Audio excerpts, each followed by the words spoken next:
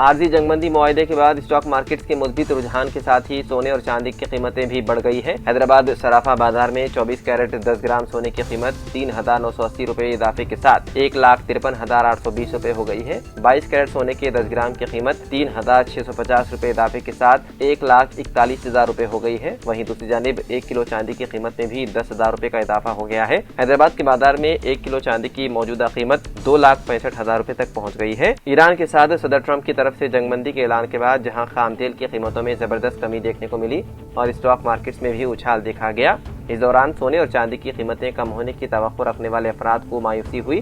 Market کے ماہرین کے مطابق جنگ بندی کے اعلان کے بعد سرمایہ کاری میں اضافہ اور خریداروں کے زیادہ طلب کی وجہ سے ان قیمتی دھاتوں کی قیمتوں میں اضافہ ہوا ہے۔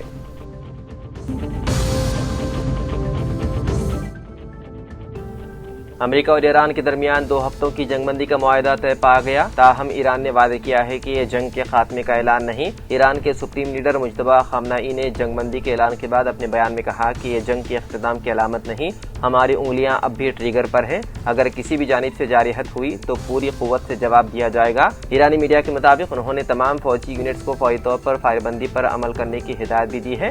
وہیں دوسری جانب امریکی صدر ڈونلڈ ٹرمپ نے اعلان کیا ہے کہ پاکستان کے وزیر اعظم شہباز شریف کی تجویز پر ایران کے ساتھ 2 ہفتوں کی جنگ بندی پر اتفاق کیا گیا ہے، اور انہوں نے کہا کہ ایران نے آبنائے ہرمز کو کھولنے پر رضامندی ظاہر کی ہے، جس کے باعث اس مدت کے دوران کسی بھی قسم کی فوجی کارروائی نہیں کی جائے گی۔ ٹرمپ نے امید ظاہر کی ہے کہ یہ مہلت ایران کے ساتھ مستقل امن معاہدہ اور مشرق وسطیٰ میں استحکام کے قیام کی راہیں ہموار کرے گی۔ ان کے مطابق ایران کی جانب سے پیش کی گئی 10 نکاتی تجاویز، جن میں ہرمز پر کنٹرول برقرار رکھنا، پابندیوں کا خاتمہ اور عدم جارحیت شامل ہیں، مجموعی طور پر مثبت ہے۔ اسی پیش رفت کے تحت ایران نے بھی جنگ بندی پر رضامندی ظاہر کر دی ہے، جس کے بعد خطے میں کشیدگی میں عارضی کمی کے امکانات پیدا ہو گئے ہیں۔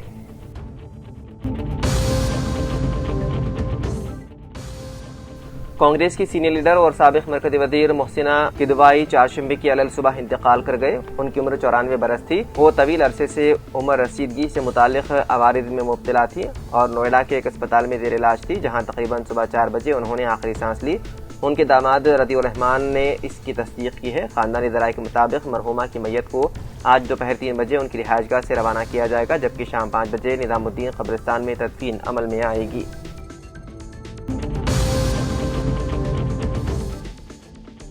تلنگانہ کے ضلع جگتیال میں ایک افسوسناک واقعہ پیش آیا، جہاں دل کا دورہ پڑنے سے تیسری جماعت کے طالب علم کی موت ہو گئی۔ یہ افسوسناک واقعہ جگتیال رورل منڈل کے پورنڈلا گاؤں میں پیش آیا، جہاں گاؤں کے زرعی کھیت میں واقع شیو مندر میں مفت اجتماعی کھانے کا پروگرام جاری تھا۔ اسی دوران نشنت نامی طالب علم اچانک بے ہوش ہو کر زمین پر گر پڑا۔ موقع پر موجود افراد فوری طور پر حرکت میں آئے اور بچے کو قریبی خانگی اسپتال منتقل کرنے کی کوشش کی، تاہم راستے میں ہی اس نے دم توڑ دیا۔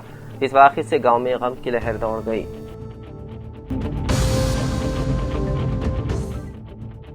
شمس آباد ایئرپورٹ پر ایرو برج کی چھت کا ایک حصہ ایک مسافر پر گرنے سے وہ زخمی ہو گیا۔ تفصیلات کے مطابق دیپک ادونی امریکی شہری جو کسی کام کے سلسلے میں حیدرآباد آیا ہوا تھا، بنگلور سے حیدرآباد ایئرپورٹ پہنچنے کے بعد جیسے ہی وہ آگے بڑھے ایک بھاری پینل ان کے سر پر گرا، جس کی وجہ سے وہ گرنے والے ہی تھے کہ ایک خاتون زینب سید نے انہیں پکڑ لیا اور مدد کے لیے عوام کو طلب کیا۔ ایمبولینس کے ذریعے انہیں اپولو دواخانہ منتقل کیا گیا، جہاں ان کا سی ٹی اسکین اور دیگر طبی معائنے کیے گئے۔ زخمی ادوانی نے بتایا ہے کہ وہ فی الحال بہتر محسوس کر رہے ہیں۔ انہوں نے زینب سید کی ستائش کرتے ہوئے کہا کہ وہ ایک بہترین خاتون ہے، جنہوں نے ان کی مدد کی اور ان کی بیوی سے بات کرنے میں اور دواخانہ منتقل کرنے میں ان کی مدد کی۔ انہوں نے بتایا ہے کہ دواخانے میں ان کا سی ٹی اسکین اور MRI کروایا گیا۔ اس حادثے پر ایئرپورٹ حکام نے افسوس کا اظہار کرتے ہوئے کہا کہ آئندہ ہونے والے حادثات یا واقعات کو روکنے کے لیے ایئرپورٹ مینٹیننس ٹیم نے جائے حادثے کا معائنہ کیا۔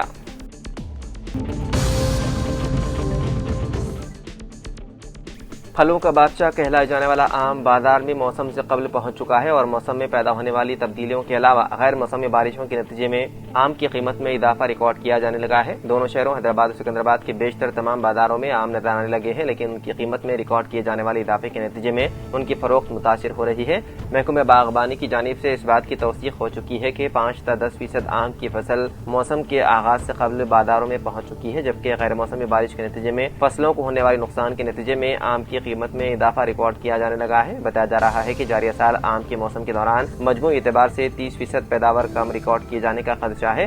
عہدیداروں کے مطابق ریاست میں 3 لاکھ ایکڑ اراضی پر آم کی پیداوار ہوتی ہے، لیکن جاریہ سال 2.5 لاکھ ایکڑ پر آم کی پیداوار ہو رہی ہے اور موسم کی خرابی بالخصوص غیر موسمی بارش کے نتیجے میں آم کی پیداوار میں کمی ریکارڈ کیے جانے کا امکان ہے، کیونکہ جو پھل لگے ہوئے تھے تیز ہواؤں کے علاوہ بارش کے سبب وہ گرنے لگے ہیں۔ محکمہ باغبانی کے عہدیداروں کا کہنا ہے کہ آئندہ 15 تا 20 دنوں کے دوران بازار میں آم کثرت سے پہنچ سکتے ہیں اور ان دنوں میں آموں کی قیمتوں پر کچھ کنٹرول کے امکانات ہیں۔